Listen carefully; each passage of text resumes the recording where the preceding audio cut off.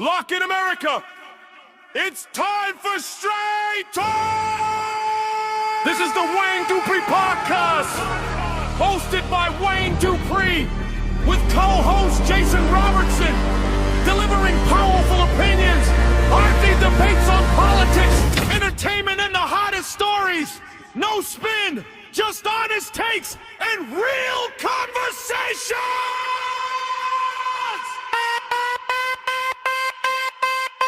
The Wayne Dupree Podcast is lit!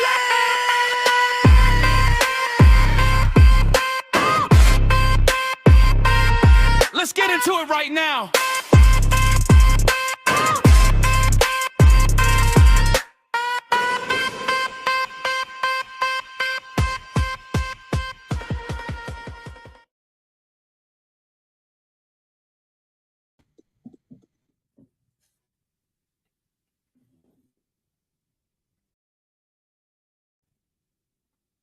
All right, ladies and gentlemen, welcome to the show. My name is Wayne Dupree, and you are watching the Dupree Report. It is Wednesday, June 24th, 2026. Glad to have each and every one of you with us today.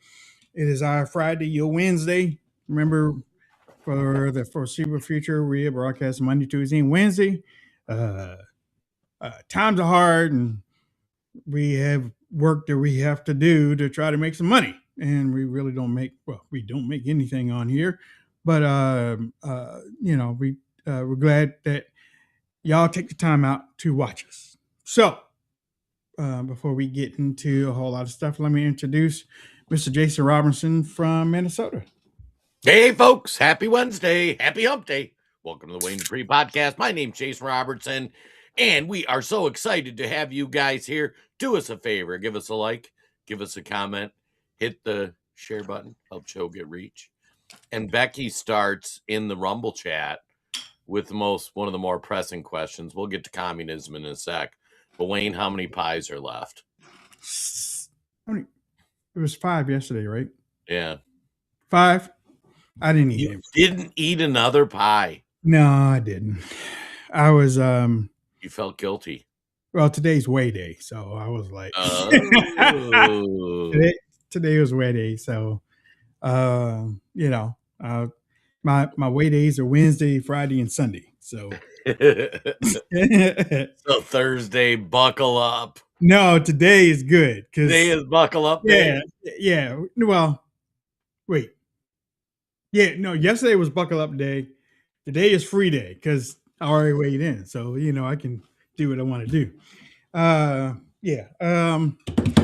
For those that are watching. Y'all have been hearing us talk about Augusta precious metals for a little bit. Basically, precious metals cuts across political noise, whether you lean left, whether you lean right, or whether you're just tired of it all. Your savings don't care who wins an election. Inflation doesn't check your voter registration. The national debt just crossed another milestone. Nobody in Washington wants to talk about, and both parties helped get it there. That's why we keep gold in the conversation. When the dollar gets shaky and the spending never stops, physical gold and silver have been a way to protect what you have built. Not for decades, but for for thousands of years, actually. Augusta Precious Metals, who we trust to get the job done. They have an A+ rating with the Better Business Bureau. They have a triple A rating with the Business Consumer Alliance. And if you check them out, if you just take time to check them out, and I know, we've been talking for a while, so this is for any of the new listeners that are downloading our podcast. Thanks for the hundreds of thousands. Last time I checked, there was over 300,000. If this is your first time listening, you Augusta Precious Metals, and it's real easy. They really have 3 steps. They don't cold call you. You text them if you're interested. You can text them, text Wayne. Well, use the word Wayne, WAYNE. Text to 35052 to get free information. Again, WAYNE. You'll get free information. Now, if you're interested, you can contact them, but they're not going to contact you. You contact them. Or you can go to waynesgold.com and you can get some free information. Again, they'll send it to you. If you're not interested, give it to a friend, give it to a neighbor. But you have to start thinking about saving your money, saving your savings, and also your retirement. And gold and silver basically are the best ways to do it right now. So again, that's waynesgold.com or text Wayne to 35052. So some elections happened last night. We kind of talked about it a little bit on yesterday. I know how, or at least I feel that mostly some of the people that watch the show feel that socialism is communism, and the little communists, and but there are other people that watch the show that say basically nobody should be worried about it. It's just the media pushing out this news, and it's really not happening, and don't worry about it. There are people out there that are saying it. Let me say it like this.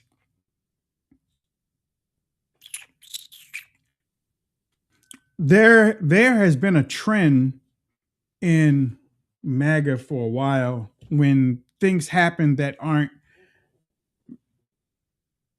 MAGA heavy, or that aren't in favorable light of MAGA. MAGA just turns around and says that it's not happening. It's not happening. And MAGA is not the first one that did it, because Republicans, when we were part of the Tea Party, or when the Tea Party was out, Republicans used to say, the Tea Party, they're not, they're just a fringe group, until the Tea Party basically went up there and took the midterms to stop Obama's supermajority in 2018. So is it a thing? I think it is. I think it's a thing.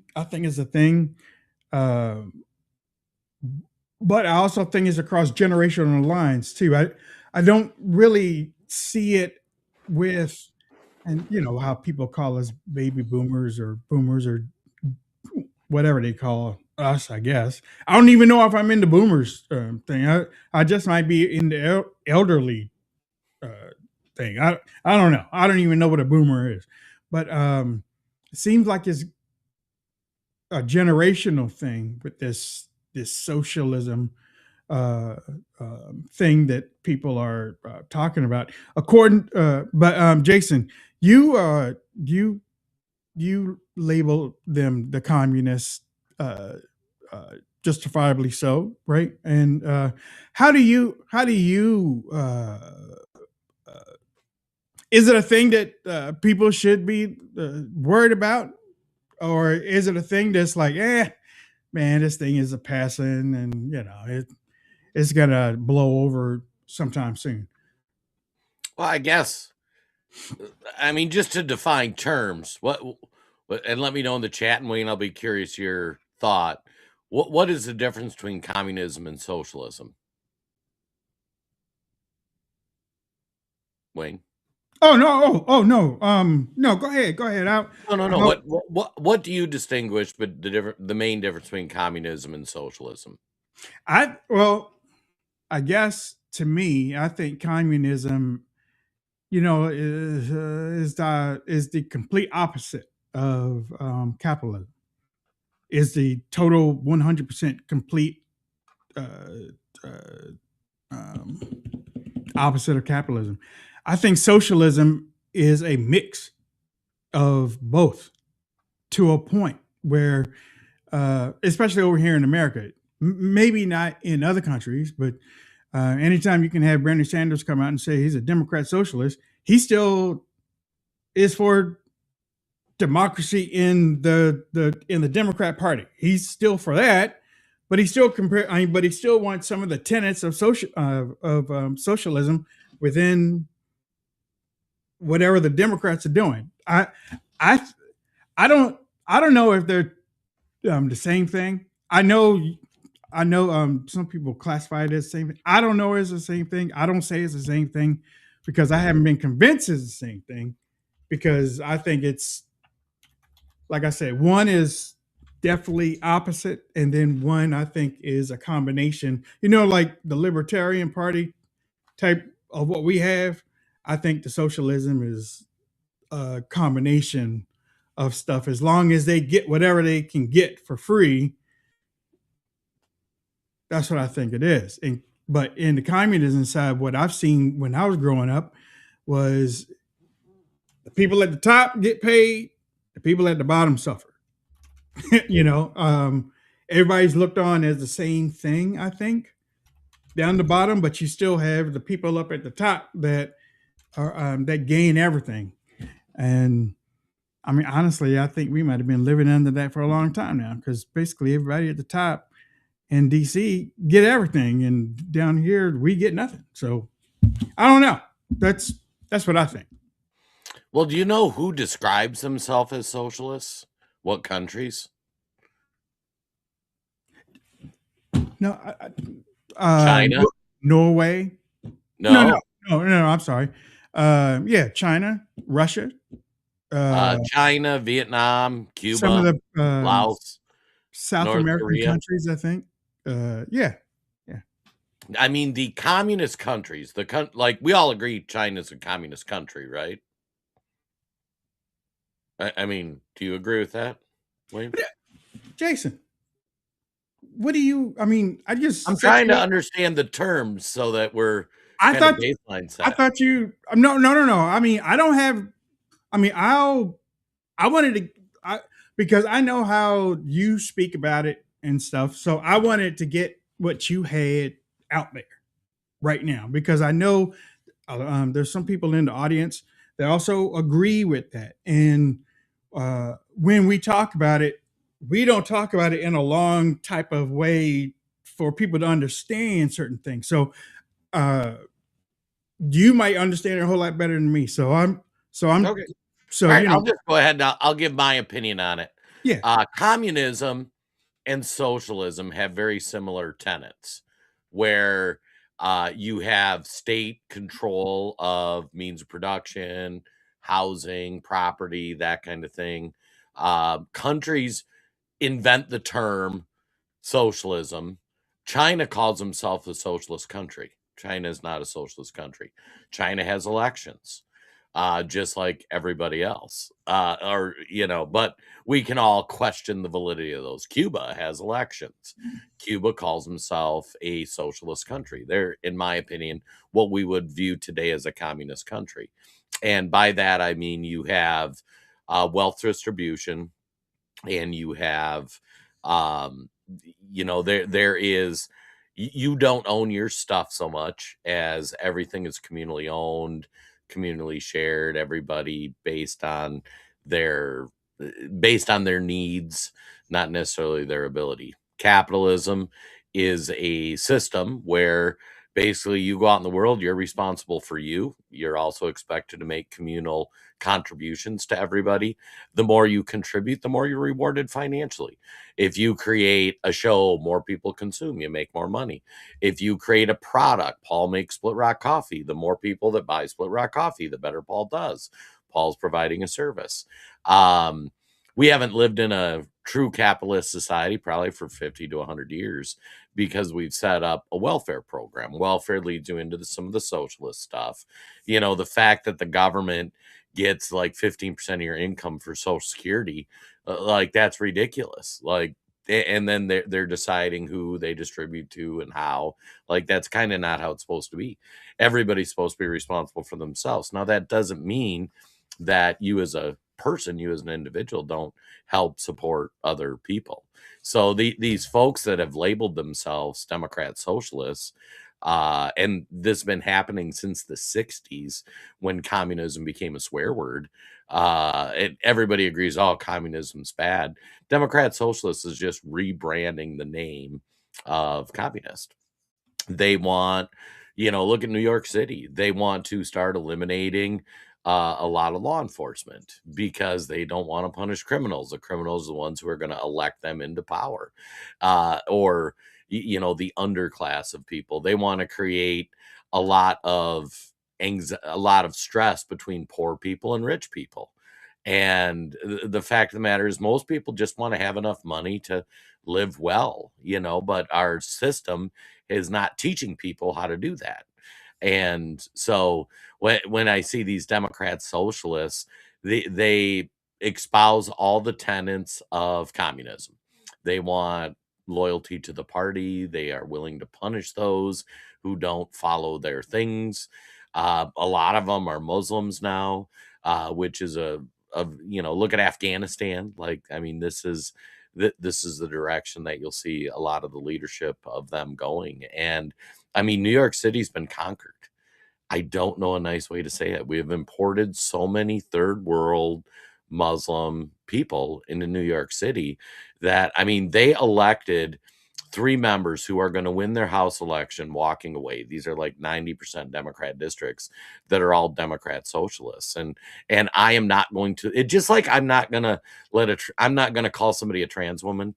That's a made up term. Like you are a confused man if you're a trans woman, in my opinion. I'm not going to let them call themselves Democrat socialists.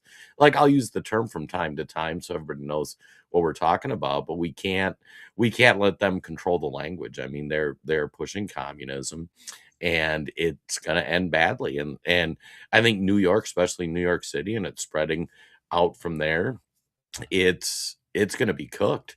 And I think a lot of what happened is the left took the long game. The Marxists didn't go away. McCarthy didn't go far enough, and they took over the institutions.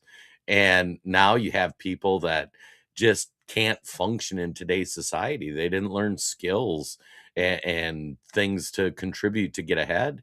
And, an entire generation largely has given up and said, oh, I just can't do it. And socialism just comes in with the warm embrace, like, we'll give you free stuff. Don't worry about it. So, in my opinion, it's pretty terrifying. Yeah, yeah. That the New York thing was the New York thing was the New York results last night was probably something that everybody should have thought was coming. But again, there are many people out there that say that it's not a big thing to worry about. That America is going to come to its senses and sort of not a big thing to worry about.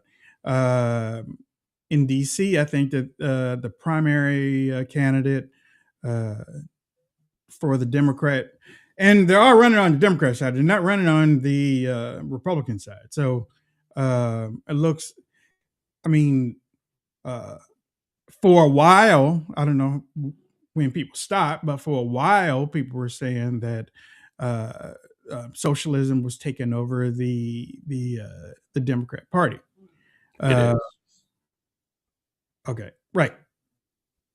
The only reason why I say that is because then some people are calling them communists instead of socialists, right? They're calling the Democrats both of the names, I guess. I don't know, but I don't think it's one of those things that anybody should sweep under the rug, because with people leaving, with the fighters, with the warriors, with the opposition leaving New York, you don't have anybody to fight back against it. You don't have anybody really to take a stand. So that's why I said, if anybody thought that was unexpected, I don't know why, because there's nobody there to fight back against it. You might have a few Republicans that are still there, but even what's her name? She was in Congress. She was behind McCarthy, and she was running for governor, I think. She walked away. God darn, what is her name? Whatever her name is. She walked away, and it's like I mean, I've always said that Republicans don't know how to fight. They don't know how to fight. They don't know how to fight. And to a point, what I've seen over the past few years is mimicking the other side is really not fighting. But it makes it harder for somebody that is not part of the political system to say, well, why should I join y'all when y'all acting like the other person? Why should I join y'all when y'all basically, wait, hold on. I'm sorry, y'all. Look, a lot of stuff is running through my head, and this question, I can't remember what I was watching the other day, but do you know how we talk? Well, we don't talk about homosexuals. Okay. We don't talk about gays. But if you listen to their stories, 9 times out of 10, they come from a conservative household. Did y'all realize that?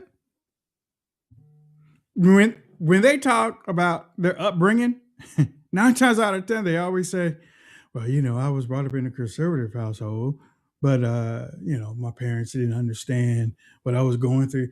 And I think that's crazy. That sort of doesn't get talked about enough.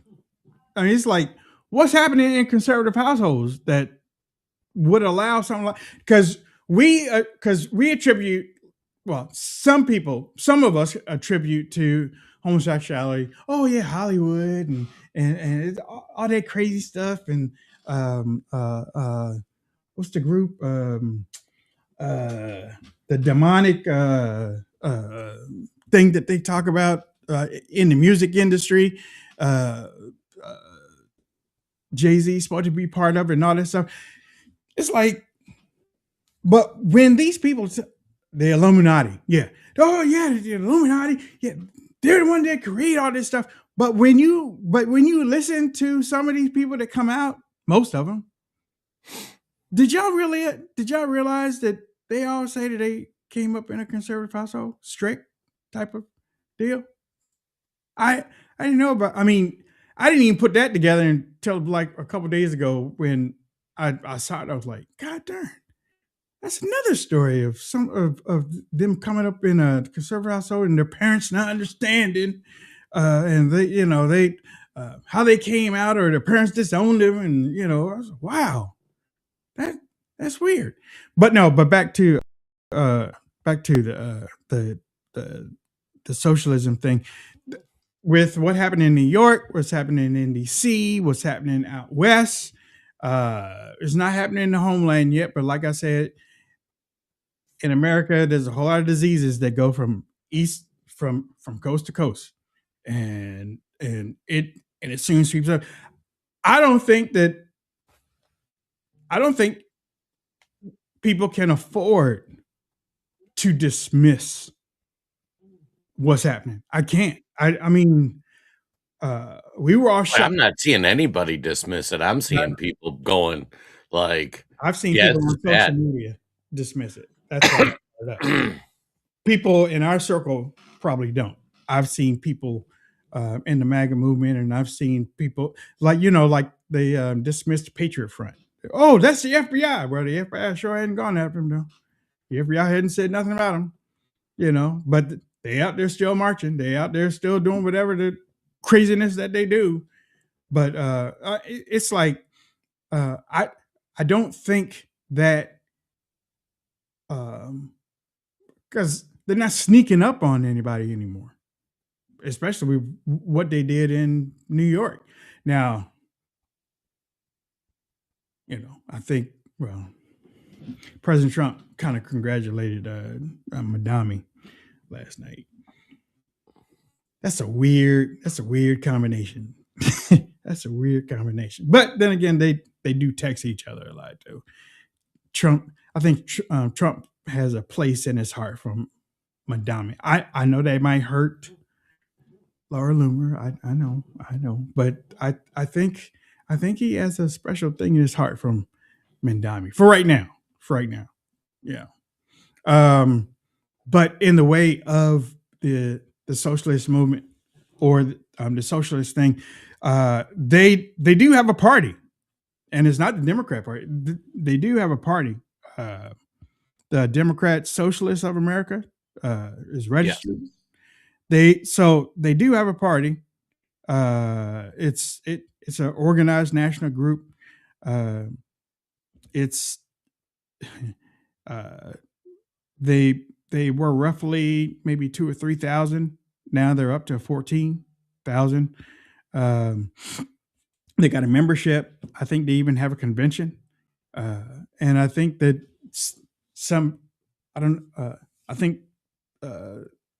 in a way, I'm not saying that they're a third party. I'm not even saying that they're a strong party at all, but they are winning some primaries, and they're using the dude up there in New York as a poster boy. They're using him as a poster boy for it. So I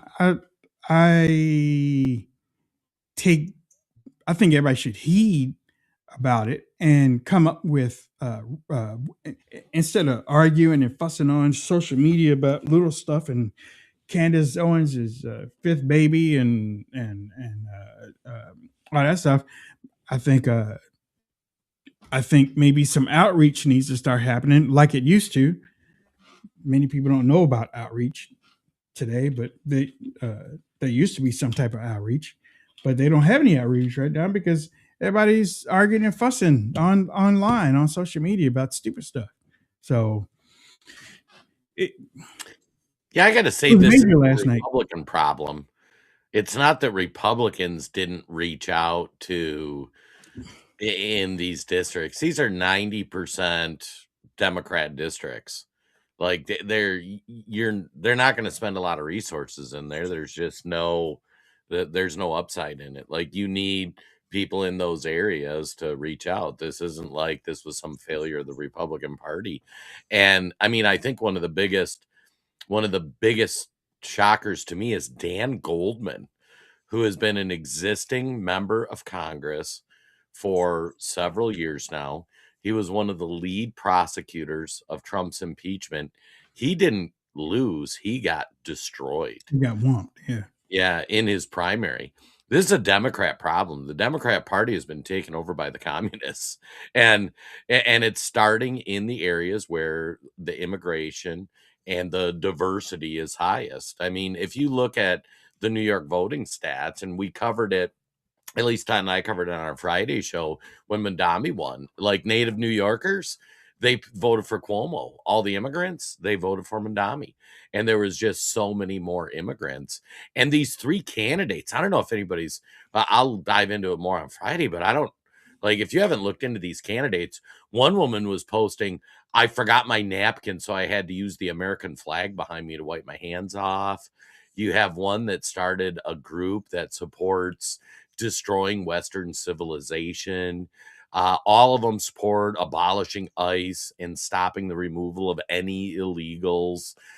You have, I mean, they're all Muslims, and they're devout Muslims who think we need to implement Sharia law into some of our legal things. And I mean, this is what they're saying, not what anybody's speculating on. I mean, these are radical Muslims who want to fundamentally transform America. They have found a home in the Democrat Party. The Democrat Party welcomed them in because it helped keep them in power, and now they're starting to take over. I mean, who would have thought after 9/11 you would have a Muslim foreign-born communist as mayor of New York City? I mean, seriously, if you could have bet on that, what kind of odds would somebody have given you? And then if you said, and then a few years later, all of the members of the House in New York City, that's kind of where those districts are based around, are going to be radical Muslims. Nobody would have believed that. Nobody would have thought that was okay. On to the Trump Mandami thing. I think Trump game respects game. I think Trump knows Mandami is a very savvy politician. Fortunately, He talks well. yeah, he And is. He's like Obama. that's probably why Trump likes him in a way, because he talks well. He sit there and have a conversation with him, and make him okay. All right. He's smart. He's not dumb. He's smart. Okay. No, it's kind of like Obama. Obama was probably, next to Trump, the most gifted politician of our lifetime. You Like, forget he was. Clinton. Yeah, Clinton was good too. I mean, these guys were awful. They did terrible things to America. They're pretty good politicians. Lico in Texas, he's a pretty good politician. And that what's happening. Wait till you see in the Michigan Senate race, they're going to nominate, it appears, another radical Muslim, kind of out of that Dearborn area that's been taken over, that we've shown videos from before. I mean, you're going to have, between the House and Senate, 5-10 hardcore Islamic, destroy Western civilization, push for communism folks, and the Republican Party. Like, I saw a video going around where they delivered flowers to Hakeem Jeffries, saying like, "Oh, we feel bad," because last night in one of the parties, I can't remember, Hakeem was like giving a speech, and they started chanting, "You're next, you're next, you're next." All the socialists, they're coming for Hakeem, and it's going to start in New York. It's starting in Seattle. It's starting. And that's the thing too. That's the thing. The Democrats, according to my notes here, the Democrats fought to stop this in New York, and they can't. They put up candidates to stop it, and they couldn't do it. And y'all know, this let him in thing was, I think, the major big movement that really let him in was the Bernie Sanders thing. Because before that, you really hadn't had it on that type of level. And then when Bernie Sanders ran, I thought maybe he had a chance to win the Democratic nomination, but they were trying to. Some of us believe Bernie did win the nomination. Yeah. They changed the rules. If it wasn't for the super voters, or the super delegates, yeah. If it wasn't for them, maybe Bernie would have won. But they let Bernie run on the ticket, which was weird. I mean, he proclaimed himself a democratic socialist, and they let him run on the ticket, and he was smoking her. He was smoking her. I mean, it wasn't even. I don't even. Okay, I'm exaggerating a little bit when I say it wasn't even close, but it was starting not to be close, because his rallies were Trump's rally. His rallies were as large as Trump's. She had to restart her campaign twice, I think, once or twice, because it didn't work. And my favorite part too was where Hillary Clinton basically bailed out the DNC that was bankrupt, took on all the debts. And then there was so many things. There was the leaked questions from debates. There was changing the rules. Yeah, 2016, if there weren't any shenanigans, it would have been Bernie versus Trump. And you would have seen this Democrat socialist movement. What'll be interesting for me is how the Democrat Party responds to this, because I've long said, like, part of the hope of America is that the normie Democrats, if such a thing exists, start waking up and going like, "Oh, this is bad. Like, we let the communists in." And you're not going to convert a Democrat to a Republican right now. I don't know. Maybe in your life you've had luck getting a Democrat to switch to Republican or conservative, or somebody listened to our talk show and said, "Yeah, you know what? I'm a conservative now." I think you need to get Democrats to look around and go, we probably need to get rid of the communists. You And know what's funny is basically what you said is what the Democrats were saying about Republicans when Trump was coming along. We don't have any good Republicans anymore. The Republicans, they were saying the same thing before Trump got elected the first time. They were right. They were coming out saying Republicans have lost their way. McCain, we used to have good, like the Republicans that they could control. We used to have good Republicans in Congress and stuff, and but now it looks like we're saying the same thing about well, you know what? We used to have some Democrats. I mean, to stand up against some of this stuff, but it looked like they're getting run over.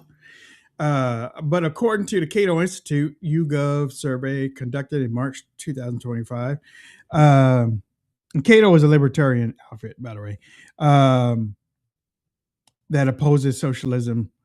62% of Americans aged 18 to 29 said that they hold favorable view of socialism, and a 38% unfavorable. The same poll found 34% of that age group favored communism. According to another poll in 2025, 1,500 U.S. adults, capitalism still leads nationally, but among 18 to 29-year-olds, socialism edged capitalism 28 to 26, with 46% unsure. Then you have the American Enterprise Institute, AEI, center right. Even they say that young people say socialism, argues that when young people say socialism, they usually mean universal health care, affordable housing, climate investment, and debt relief, not the nationalization of industry or the end of private property. According to the 51st Harvard Youth Poll released in December, a few months ago, only 13% of young adults in the country said the country is headed in the right direction. The Generation Report deepens economic insecurity, financial, emotional, social strain as a defining feature of daily life. Most of these things, granted, they're getting from social media. Not gonna lie. When you have so-called influencers that are coming on, and when I say they're getting paid, I'm not saying that they're getting paid by some entity in Washington D.C. These people are getting paid because they're finding an audience. So me and Jason talk about it for a while. You have an audience on social media. They view your stuff, and depending on what platform you have, you get paid. Jump. Well, these influencers that are out there that are talking about climate investment, healthcare, affordable healthcare, debt relief for their college tuition and stuff like that. These people are not starting. They have gained their audiences, and that was Bernie Sanders's type of talk when he was running in 2016. And I say it because I watched him because I was watching Trump, but I watched Bernie. And I said, the only thing hurting Bernie right now is that he's old. The only thing hurting Bernie right now is that he's old. He was older than Trump because Trump was young in 2016. Bernie was old. Bernie's still old. But with watching all those young, he was filling up arenas like Trump was filling up arenas. He was filling, but it's mainly young people. It wasn't like the older people. It was just, and I was like, man, if the Democrats seize on this, I didn't think about the Democrat socialists taking over the Democrat Party. I just thought that the Democrats, like they always do, would say, that's the way it's going now. We're part two. You know what I'm saying? So I thought that a young person in the way of Mondami. I didn't know Mondami at the time in 2016, but I said, if a young person come along, and I'm thinking with a dude, and actually I was thinking more of a Mexican dude, but Latino dude. But if a young person comes along and they look good and they can speak like Bernie Sanders and Bernie Sanders stands in back of them stuff, I think the Republican Party is going to have a problem. I really do. And now they're talking about AOC. Huh? That's Mondami. I mean, he's brown. He's not Hispanic, but he can't run for president, right? No, he is a Ugandan-born communist. Right. But see, I'm thinking that that's who is going to. We will have a communist running for president, and the communist, democratic, socialist, whatever they call themselves. But I think AOC is going to. I don't know if she's going to. I think she could be leaning toward doing it. But if she does, then it will be one of those things where all those young, because her and Bernie are already touring places and stuff. So it's interesting you bring that up about AOC, because she'll be old enough to run for president, just barely. Good looking female, pretty well spoken. Yeah, she can read. Yeah, if you can give her the speech and she can do all right. What was fascinating to watch, because I was kind of watching these New York primaries, I was honestly shocked Goldman lost. Yeah. And lost that bad. Like, I'm like, he's like the other ones I could kind of see. They overturned a Hispanic caucus guy and whatnot, but AOC ironically stayed away from these primaries. Really? Yeah. She didn't come out. Mondami was doing a lot of the endorsing and that sort of thing. AOC kind of steered clear of it. You would think birds of a feather, right? What's that? You would think birds of a feather, right? Yeah, I don't know if AOC has any of her own values. We talked the other day about how AOC was kind of selected, and she's just a figurehead that pick up and give a speech to. But I think the Democrat Party is going through, and I talked about this yesterday, going through what MAGA is going through. On the right, in the Republican Party, the Democrats were right in 2016. The Republican Party sucked. We had a bunch of guys like John McCain who wanted to blow up everything. And we had a bunch of guys like Mitt Romney, who were your Wall Street investment banker types. There was no America First Party. And to be honest, many of the conservatives, or what we view as MAGA, probably fell more on the Democrat side. They were at least talking about things like stopping immigration. Now those guys have all moved over to the Republican Party, and we still got the slugs around, the John Thunes and those guys. But on the left, they went from Democrat Party it used to be the party of the working class, right? Now it's the party of the underclass. And that's why they're pushing all this communist, socialist, whatever name you want to give it. So I think the AOC thing will be interesting to observe, because I think she was trying to placate the establishments part of the Democrat Party. So kind of like the Rhino part of the Republican Party that exists on the Democrat side. That's the Nancy Pelosi's, the Hakeem Jeffries, and still keeping her foot in that radical base. So I think it was a pretty savvy move for her, where she didn't offend either side, so she can gain support theoretically as she looks at a ramp up for running for president. So, but it was interesting, because she kind of sat it out, which I think if she jumped in with both feet, she would have pissed off the establishment. And she needs those same people that installed Hillary Clinton as the nominee. She needs those people to back her. Otherwise, it's going to be interesting, and they'll just end up burning her. So yeah, we're going to see. I mean, I wouldn't be shocked by the time we get to 2028 if you don't see like 20, 30 of these Democrat socialists in some of these markets. You have heavy population centers. If you win the Democrat nomination, you are pretty much guaranteed to win the election. I mean, those three people that got nominated, ain't a single one of them going to lose. They're all going to win by 40 points against any Republican. That's just how Democrat it is. So yeah, the Democrat Party is they're going to be facing interesting times. And I think we have underestimated the influence of communism in America. When you read those stats about the kids, Mhm. people don't know like the worst atrocities in the history of the world were committed by communists. Look at what happened, how many people died in China or the USSR when they were instituting socialist into communist policies. And yeah, you can vote your way into it, but you got to shoot your way out of it. So, You know, uh, there is a fast moving story out right now. I think it was yesterday. The House passed a bill 358 to 32, and the Senate passed the same bill 85 to 5. The housing bill passed.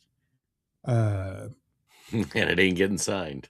the press secretary called it one of the most significant pieces of housing affordability legislation in American history. Uh, President Trump looks like he's not going to sign it. Now, if he vetoes it, which I guess, see, signing means that he's going to, but you can still sign it and veto it, right? Or does he just let it He's sit? saying he's not taking action on it. He came out a couple weeks ago and said he wasn't going to sign anything till they So get this. he's just going to let it sit, basically. Yes. Okay, so he's not going to do anything because if he was to veto it, then those numbers are basically veto proof. So they will be able to override his veto with the Yeah, he can number. just leave it sitting on his desk and there ain't nothing to do about it. Yeah, with that one. Now I don't know if that hurts him because of how this was put out there last night, and especially with the press secretary and the White House press secretary coming out and promoting it as one of the biggest pieces of legislation in American history, and then for President Trump to come out and say, "Well, I ain't signing it because this ain't happening and this ain't happening." Now, ladies and gentlemen, here's the deal: if y'all are new to politics, what President Trump is doing is not new. Other presidents have done the same thing. It's not new. It happens. It happened with Reagan. I think it happened. Bush wasn't in there long enough for me to remember what Bush did. But it happened with Clinton. It might not have happened with Bush too, because things changed after Clinton. But sometimes the president has to use his executive power and say, hold up, I got some things that need to be taken care of too. So, What's the thing he's pushing for? SAVE Act.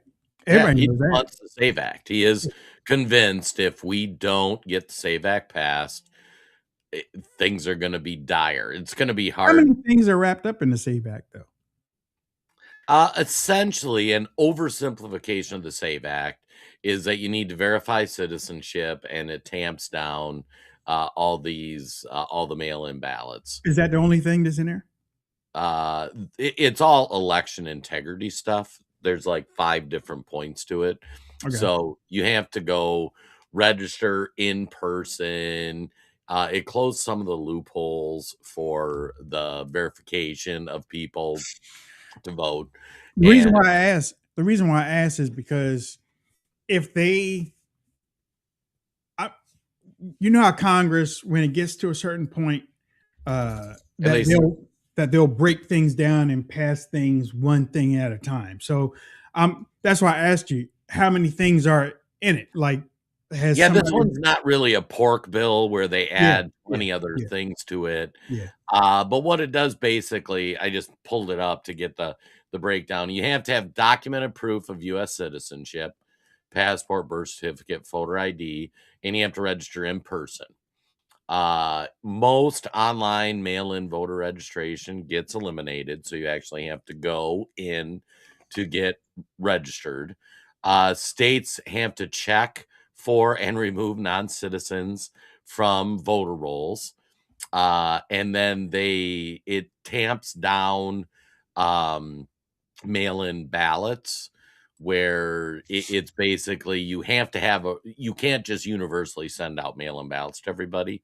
Like in Minnesota, I'll get a mail-in ballot in my house, even though I never wanted one. And it tamps that down. So if you want to do mail-in ballots, it's got to be targeted where, hey, I'm traveling during the election. You reach out to the election office, they send you a mail-in ballot. Honestly, I don't think it's strong enough, the SAVE Act, which is funny that they can't get it passed. Okay. See, the SAVE Act is not the SAVE is not law. Let's see, two different bills. One of the things that's out there is that it was going to stop women or something like that, and the short answer is no. The SAVE Act does not ban women from voting. That is an overstatement. But it does add a documentation hurdle that lands hardest on women who have changed their last name when they married, and there is documented evidence of women being turned away in real elections. Both of those are true at once. The reason why I asked how many things are in there, because if they can, the main thing that you were talking about, the ID and whatnot, if they could just move that out and give that to President Trump, maybe he would just sign that. I will say the SAVE Act overall is one of the more streamlined piece of legislation that they've looked past. This isn't one of those where there's 20 different components to it. This is one where it's pretty narrowly focused with like 4 or 5 big components to it. So there's not a lot to strip out. Right. And that's what I was saying. If you could take those 5 components and maybe do it and maybe do it one at a time, maybe 3 of those 5 things might get signed, or, and that's the way they have done it in Washington, D.C. with bills. Most people don't get everything, or most presidents don't get everything that they want, unless you have a supermajority. They don't get everything. They get most, but they don't get everything. So maybe if they could, like, if it is 5, maybe 3 is a win. Maybe 4 is a win. Maybe one thing might not get through, but if they break it down, that might work, because it looks like the whole thing isn't going to work. They don't have the votes in the Senate. It passed the House. They have the votes. They just can't get past the filibuster. There are enough votes I thought you said that they didn't have the votes. Okay. They don't have the votes to get past the filibuster. Okay. All right. And Republicans don't want to get rid of the filibuster. Correct. They're going to wait for the communists to do it, which they haven't done in the first place. Which they've campaigned on saying they're going to. And didn't Republicans campaign on that too? No. Republicans never said that they were thinking about getting rid of the filibuster? There's been a movement on the Republican side to remove the filibuster. Yeah.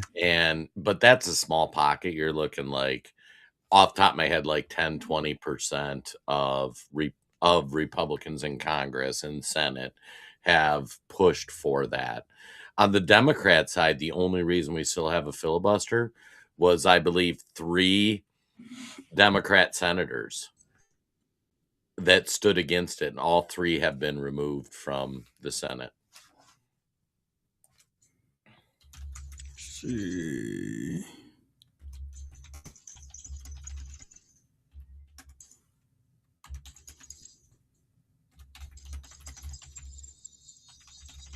Okay. Yeah.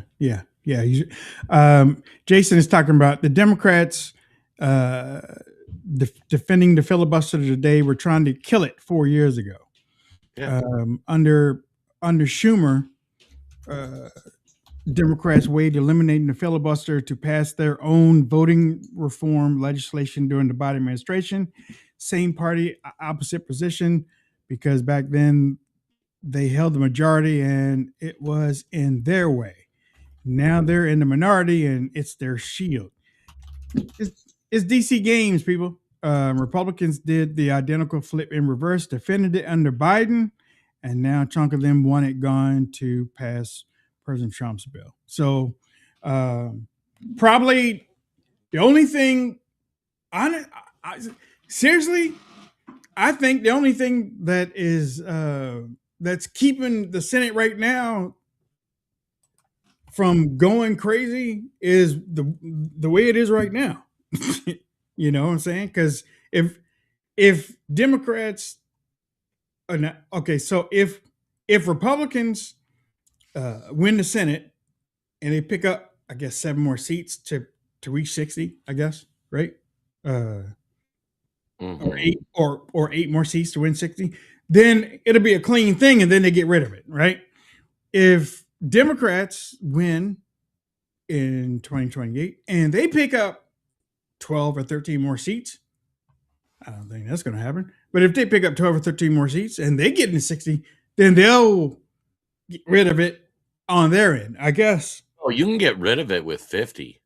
I mean, literally, Joe Manchin and Christian Sinema, who have been run out of the Democrat Party, were the only reason we still have a filibuster. 50 or 51? Well, assume that they have the presidency, 50, you know. But if they don't, 51. Okay. So, okay. Right. Because of the vice president, right? If it's tie, then the vice president's. I mean, understand, Democrats nuking the filibuster is not some conspiracy theory or something they haven't done. It was literally all of the Democrats voted to nuke the filibuster, but Manchin and Sinema. And then they ran Manchin and Sinema out of town. They're removed from the Senate. The next time Democrats get the ability, which is 50 plus the presidency or 51, in my opinion, they will remove the filibuster. And I mean, it's not like Republicans have never, they're Republicans saying we need to do it before the Democrats do it. But that is because the Democrats have, like, they tried. Like Manchin, to back down. So it's going to happen. So wait a minute. You said that it could be done with 51. Yes. Republicans could do it right now. But they won't do it. There's this part of the Republican Party that is like, no, we can't do these norms of government. We need to have this. And meanwhile, many people, and it's a minority in Congress, are saying, listen, guys, they already tried. They fell 2 votes short of 2 Democrats, and they were going to do it. So if we don't do it first, they will do it first. And once they pass that, there will be, things will get wild. Because they have 53, ladies and gentlemen, they have 53 Republicans in the Senate right now. Right. There's 53, there's 45 Democrats and 2 independents. So you're saying that they have the votes. Republicans do if all the Republicans voted to nuke the filibuster. Okay. There are Republicans that are playing by rules that barely exist anymore. And it's a reasonable assumption to say those rules won't exist the next time Democrats get power. So basically, four Republicans right now are stopping it. Basically. Yes. Okay. Yeah. Rough math. Right. So you're probably talking about Collins. You're probably talking about Murkowski. You're probably talking about Tillis, who's not happy with Trump. You have another Republican who just lost. Cornyn is probably going to vote against it if it happens because he got beat. And I will say this is kind of the problem with the Republican Party is they are operating under these rules that the Democrat Party is already saying, yeah, we're not going to follow those rules. And their base will be okay with that, where we're kind of, I use the example. It's like when the NFL legalized the forward pass, there were teams that said, we're not going to do that. We don't believe in the forward pass. Like, no, that's not football. and those teams got destroyed. And for too long, the Republican Party is living by these rules that the Democratic Party's just not living by, and so your Republicans, and for the filibuster, there are more than like a handful that aren't pushing it. I think if you put it to a vote to eliminate the filibuster, you'd probably get maybe 20 Republicans that would vote to eliminate it. The vast majority wouldn't. But I will say 98% of Democrats, the last time they tried to push it, they voted to remove the filibuster. Actually, ladies and gentlemen, there are 5. And I think I gave the wrong. You have Senator Thune. You have wherever he's from. You have John Curtis. I didn't say his name, from Utah. John Cornyn from Texas. Tom Tillis from North Carolina, and Shelley Moore Capito from West Virginia. So you don't have Murkowski and you don't have Collins. So forgive me for. They haven't weighed in on it though. But I mean, you've got like Mitch McConnell hasn't explicitly come out, but he has opposed it in the past. I mean,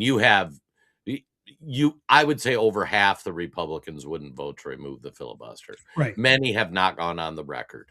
But right. I will say 98% of Democrats last time they had power, 98% of them voted to remove it.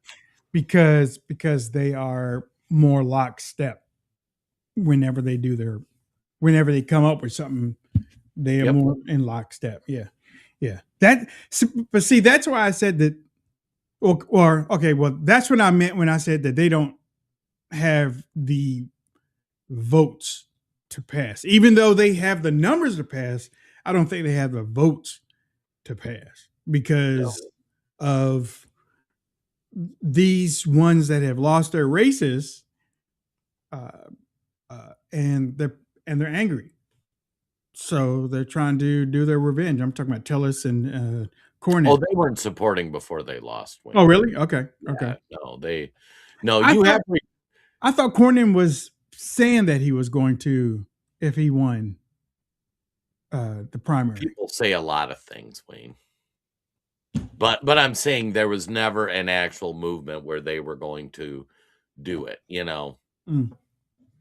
Okay.